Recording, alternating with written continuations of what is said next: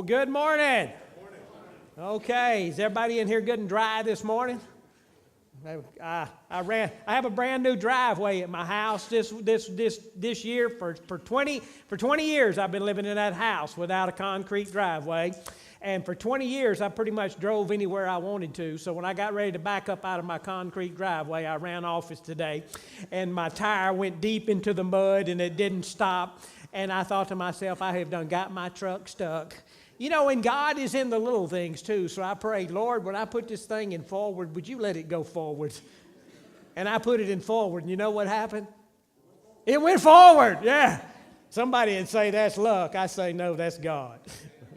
Take your Bible out, if you would, and turn to the book of Nehemiah, chapter 3. We're going to look at verses 1 through 32. And when you first glance at this chapter, this is going to be one of those chapters where you say there's not a whole lot in it. In fact, I'm going to be perfectly honest with you that I knew that I needed to preach this message to the Sunday morning crowd. I knew this is the message they need to have. But I'm partial to the message I'm going to preach tonight. So I want to go ahead and tell you about the message I'm going to preach tonight. It has to do with the opposition. Has anybody in here ever faced opposition? All right, this message we're going to see tonight, which is actually going to be chapter 4, has to do with how Satan opposes anything that you want to do on behalf of God. Anytime you want to get something done or you want to accomplish something that God has called you to accomplish, Satan is going to attack you for that. And it's going to outline how Satan actually does that, and the text is going to teach us that. So if you would, come back tonight for that. But here in chapter 3, we're going to see many phrases that repeat themselves over and over again. When I say over and over again, I'm talking some of these phrases are in this one chapter 25 to 36 times from beginning to end. You're going to see a phrase like this, next to him. And you're going to see a phrase like this that says, they built. And you're going to see another phrase that says, they rebuilt. And then you're going to see this little phrase about gates, doors, and bolts. And then after you see that, you're going to start seeing the naming of 28 different individuals and 20-something different groups of people, reminding us that every single one of us has a task that God has called us to accomplish. At first glance, it doesn't look like there's much information in this passage, but we're going to see with a closer look that there's actually a lot of information that we need to have to know how to deal with situations in our families and know how to deal with situations in the church and how to accomplish what God has called us to accomplish. Now, what it teaches you and I is how God's people use their God-given talents to come together in unity to accomplish the purpose of God that God has laid out before us. And by the way, God has purpose in your life for His kingdom, for His church, but He also has purpose in your life for your family and those that are close around you. And we're going to see how God leads Nehemiah. He's appointed Nehemiah to be the king. Remember, what was Nehemiah's occupation before? Cupbearer to the king. But he is no longer the cupbearer to the king. He is now the governor of Jerusalem and the whole area around there. And we're going to see how God leads Nehemiah to mobilize God's people. And I want you to also understand that God's people now are not the entire nation of Israel. Now it is the Jews, because this is the area of Judah where they're coming back in there. He's going to mobilize them to build doors and build gates and to put a wall around the city so that the people can be safe from those who are around them. And it's going to be accomplished in only 52 days. Now, I know we talk about building a wall on the southern border. Do you think it would be possible to put a border around the United States in 52 days? Well, I'll tell you, if God was in the middle of it, He could do it in 52 days, because whatever God purposely intends to do, He does, and He does very quickly. And this text today is going to show us how they accomplished that. The system that Nehemiah used is one that works in a host of different situations. And in whatever situation you find yourself in today, you're going to find that is going to work. Now, you're going to notice today I'm going to do something different. I have read every word of the book of Nehemiah. In chapter 1, we read every verse. Chapter 2, we read every verse. Chapter 3, we're not going to read every verse. And I'm not reading chapter 3 every word and every verse because it's not important. I am not reading every word and every verse in here because there are so many different names mentioned in there. You'll see how ignorant I am and how I do not have the phonics. I'm not hooked on phonics in my head.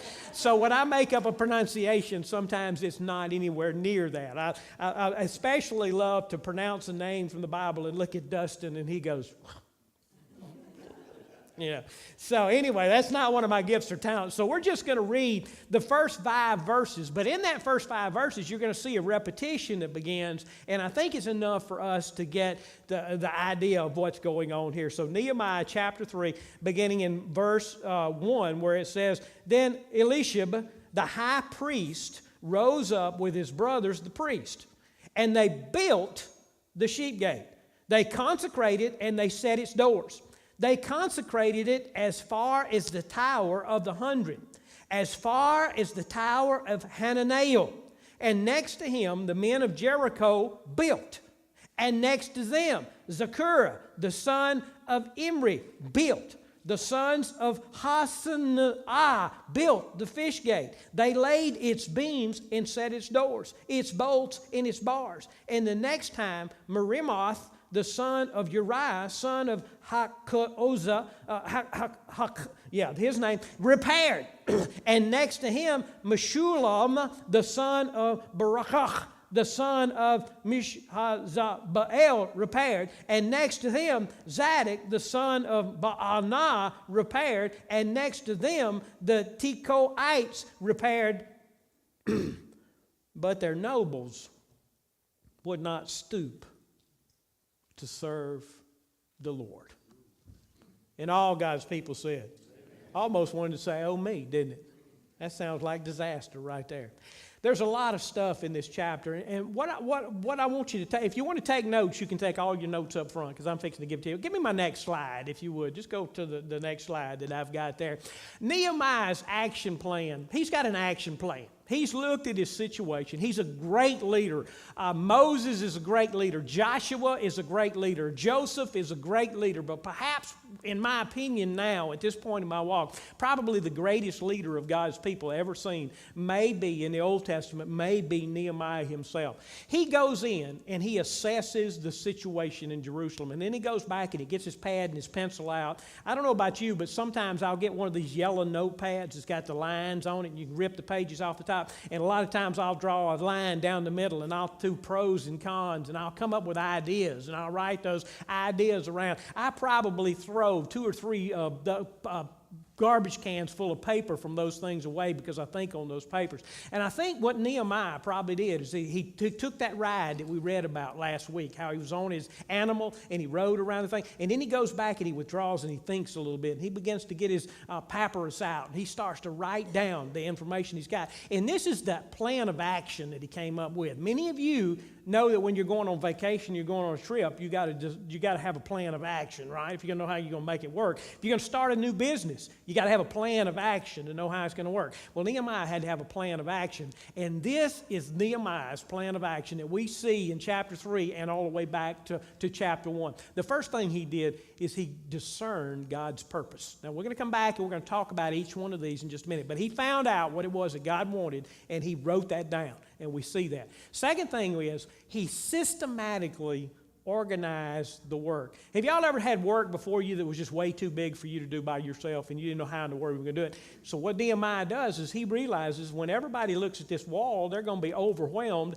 because of the situation that they find themselves in. Anybody ever been overwhelmed by the situation you find yourself in? Of course you have. Well, systematically, you look at it and you try to work out the issues that you can. The third thing that Nehemiah does is he makes sure that everybody knows that they have to ignore the distractions and stay focused. Have you ever noticed how when you got a plan and you're working your plan, stuff always happens? We have a saying around here that we learned from Rosanna-Dana. Does anybody remember who Rosanna-Dana was? If you do, you shouldn't be, nobody should ever watch Saturday Night Live. But she was in the old days, and she would say, my father used to always say, it's always something, okay? So there's always something going on, and if you're not careful, you'll focus on the something instead of focusing on the purpose that God has for your life. We're going to learn that in the text. And then we're going to see that we have to identify particular individuals who have abilities that other people do not have to do the task that only they can do, that God has specifically created them to be able to do. And the next thing is going to be about assigning specific tasks.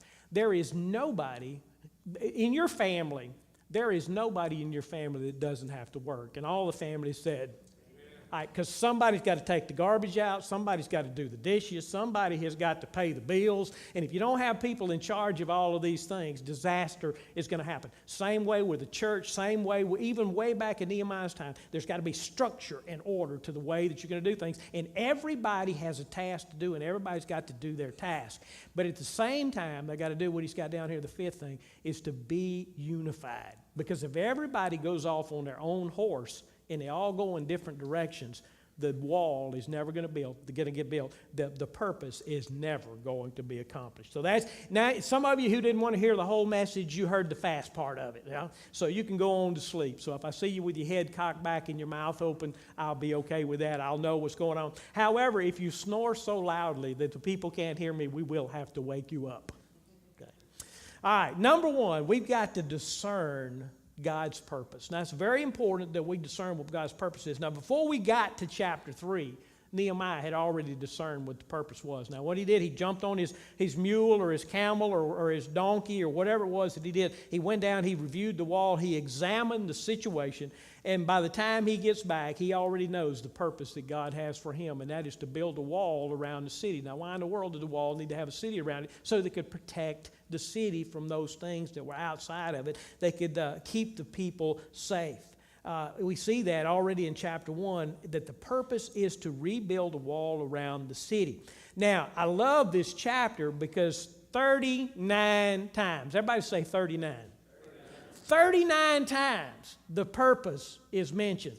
You would think that the people would get it after he mentioned it 39 times, wouldn't you? Well, that's what he does. He says, either these words are said in chapter 3, in those verses that we read in the rest of that chapter, which is not really a long chapter. He either says, we built or we repaired.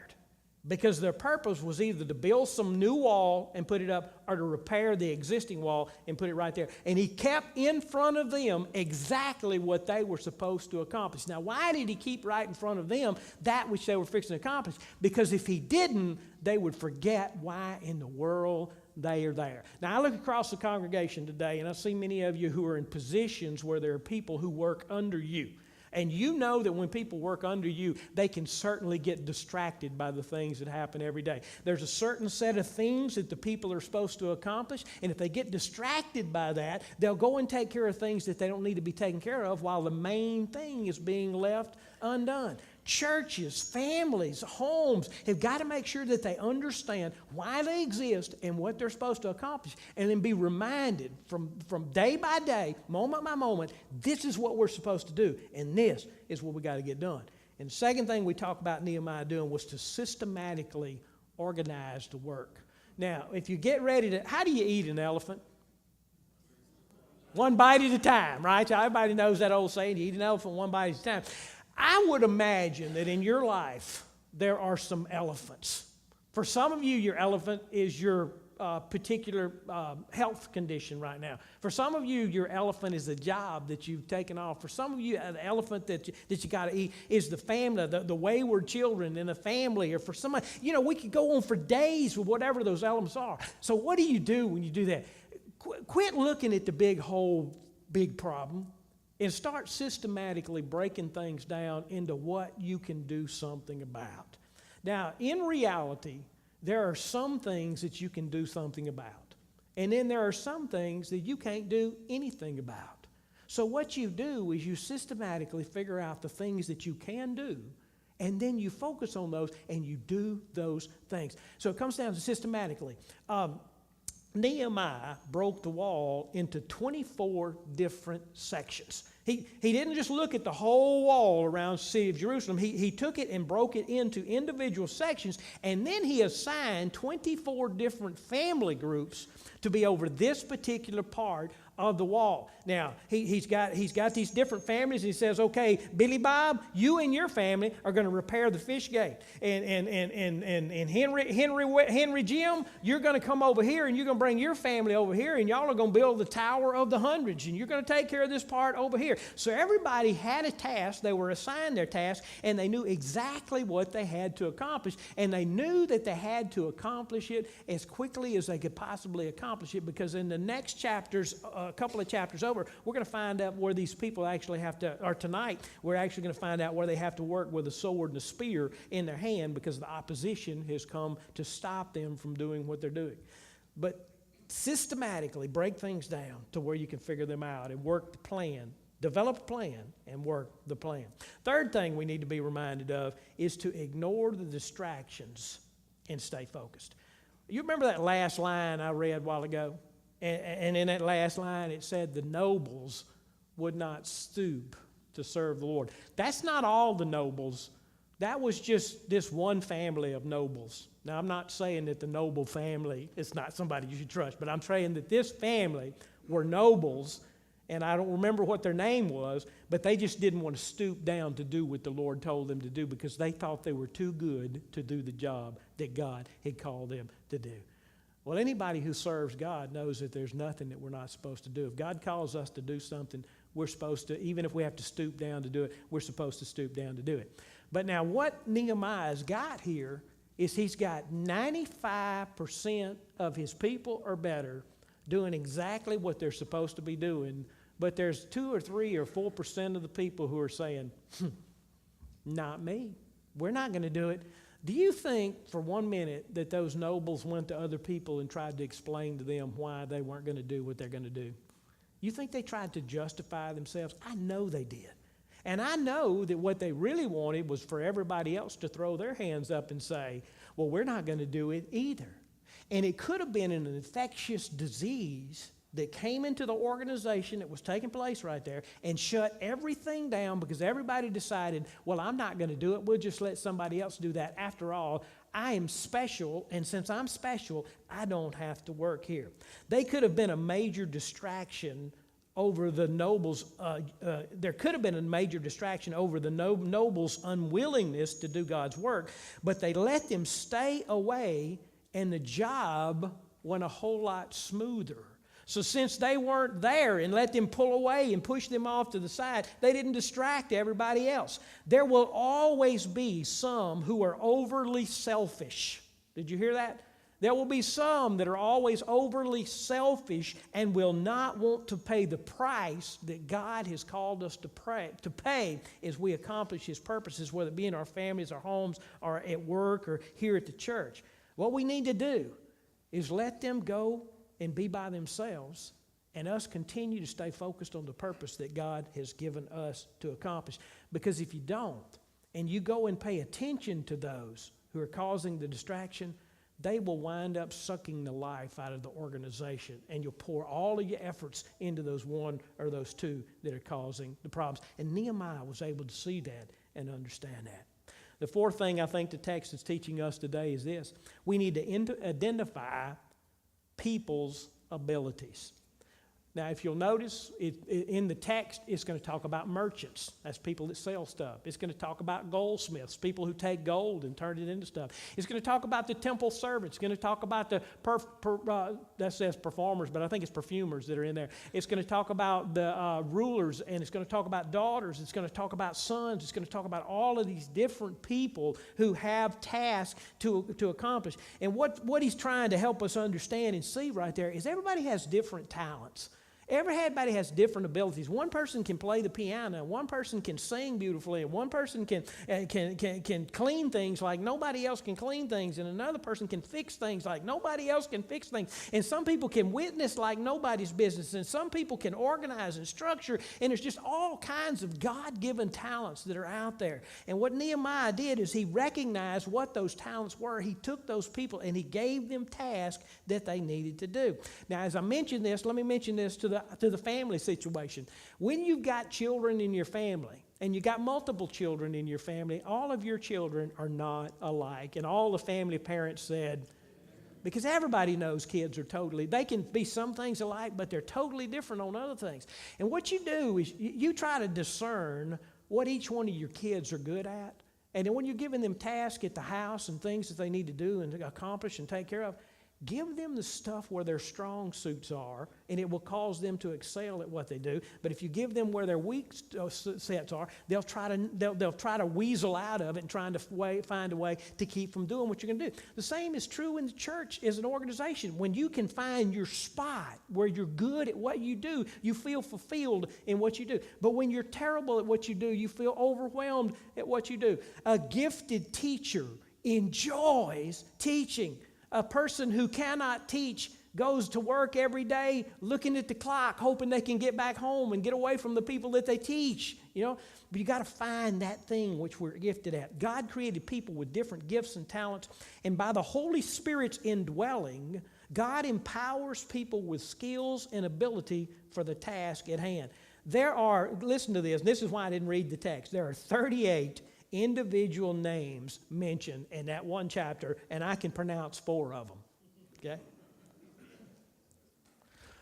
Fifth thing that we can see from here is assigning specific task. It's so important that every person knows what their job is, because they can't do their job if they don't know what their job is. Now, some of them were in charge of the fish gate, and some are in charge of the dung gate. Now, if I'd have been there, I'd have sure hoped I got the fish gate.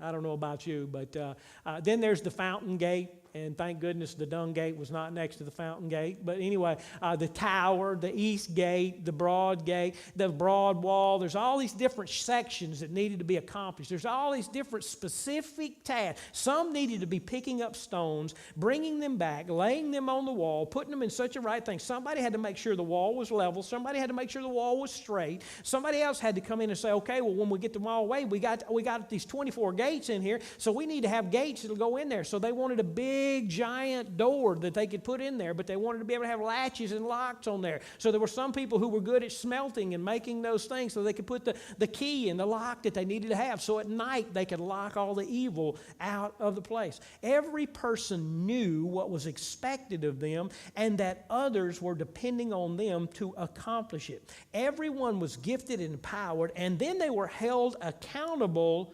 And what happened was the wall got built in 52 days, which is a huge event to take place. People are never more miserable than when they're being held accountable for a job that they don't know what their job really is. There's been a couple of times in my life where I worked for people and I didn't actually know what it was I was supposed to do because somebody didn't explain to me up front that these are the things. And then I got other people in the business organization I'm working at coming and telling me what my job is, but a lot of times they would tell me my job was the same thing their job was, which made their job easier to do. And then I got in trouble because I wasn't doing what it was that the boss wanted me to do, only the boss never had told me exactly what it was they wanted to do. It ain't ever happened to anybody before, or am I the only person that ever happened to? Okay? Those kind of things happen. We got to be specific, make sure people know what their job is, and then make sure that they do the job. The home is like that. Your work is like that. The church is like that. And by the way, nobody gets to come to church, and that's your job. Nobody's job is to come to church.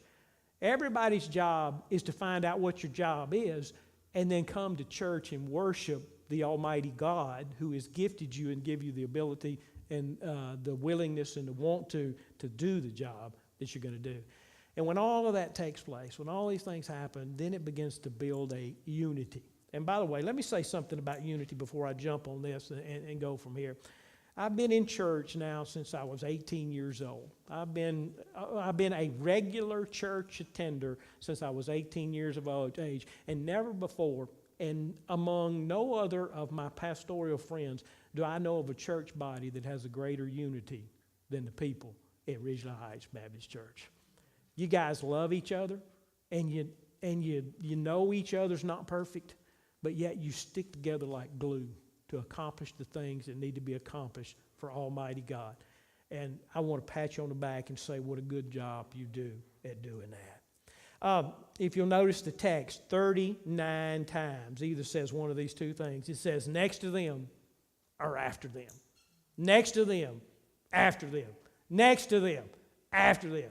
Next to them, after them. It makes it sound like nobody was alone. You know why it makes it sound like nobody was alone? Because nobody was alone. Well, what about the introverts?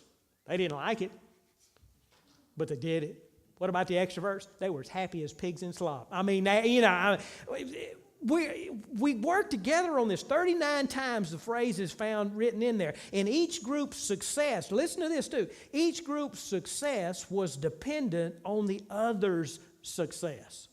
All right, I told you I just poured a concrete driveway, so that's the least. I think that's probably the least complicated kind of concrete work you can probably do, because nobody's coming behind you to build something on top of that.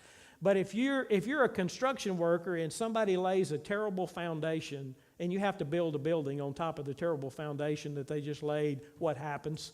It makes the whole thing get out of whack. So you do everything you can to cover it up. So when the interior guys come, then nothing's square. So they just fuss about what you did, and they do the best job they can doing whatever they do. And then they do that until the painters show up and expect the painters to do a miracle to make it look right. Is that right? If I learned that right, Mitch, on that, it goes all the way down to the last job. Everybody's passing the buck on down to that. And that's the way it is in the church. That's the way it is in your family.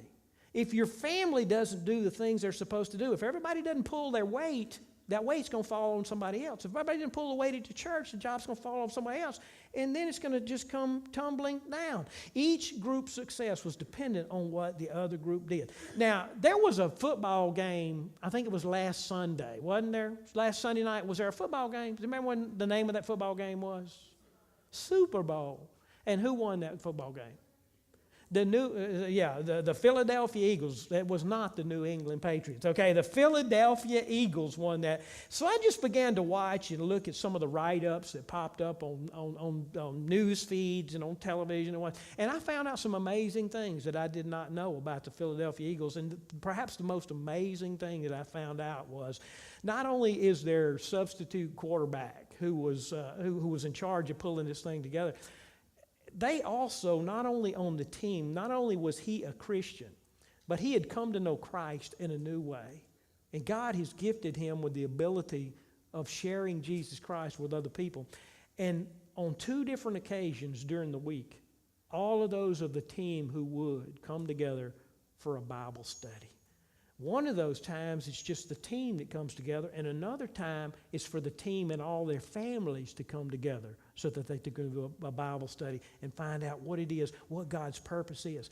And if you'll notice, a lot of the guys said this many of the guys accredited God and Jesus Christ for the victory that they had. But we also understood from them that their purpose in life was not to win the Super Bowl. Their purpose in life was to be who God created them to be and to share the gospel of Jesus Christ. And they said, because of that, God has put us in the Super Bowl.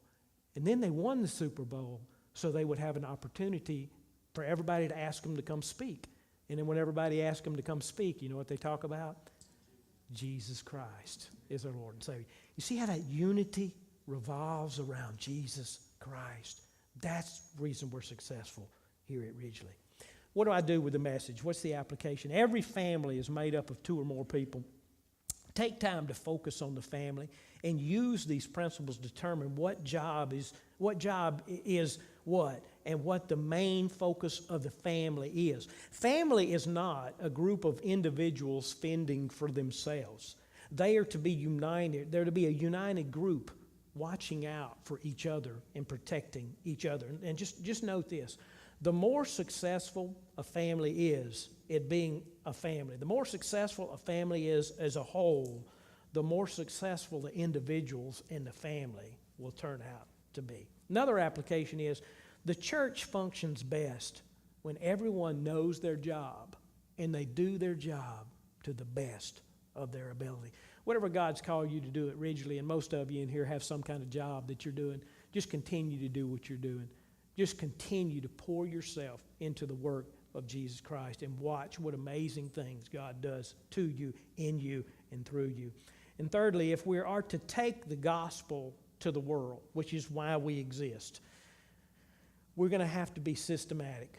We're going to have to systematically organize things, and we're going to have to ignore the distractions of the world that's trying to keep us from sharing the gospel. And then us as individual people are going to have to work as a well-oiled machine and team to accomplish God's will. So I close with 3 quick questions.